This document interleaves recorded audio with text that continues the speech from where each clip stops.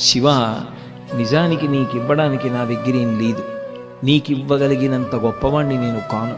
ఎందుచేత అంటావేమో, గిరస్తి కరస్తే హేమాద్రియో, నీ చేతిలో బంగారు పర్వతం, మేరు పర్వతం ఉంది. మేరు పర్వతం బంగారంతో చేయబడినటువంటి పర్వతం. అటువంటి బంగారు పర్వతాన్ని నువ్వు ధనస్సుగా చేసుకుని త్రిపురాసుర సంహారం చేశావు. బంగారు పర్వతాన్ని చేత్తో పట్టుకున్నవాడివి నువ్వు. పైగా గిరిశ నికటస్థే ధనపతవు, నవనిధులకు అధిపతి అయినటువంటి కుబేరుడు ఎప్పుడూ కూడా శివుడి దగ్గర నిలబడి రెండు చేతులు జోడించి నమస్కరించి ఉంటాడు. ఎప్పుడైనా శివుడికి ఏమైనా సేవ చేసుకునే భాగ్యం కలుగుతుందేమోనని. పరమేశ్వర, నా తల నీకు ఆనిస్తూ ఉంటే ఎన్నో జన్మజన్మల బంధం శివయ్య. నువ్వు నా అండదండగా ఉన్నావు.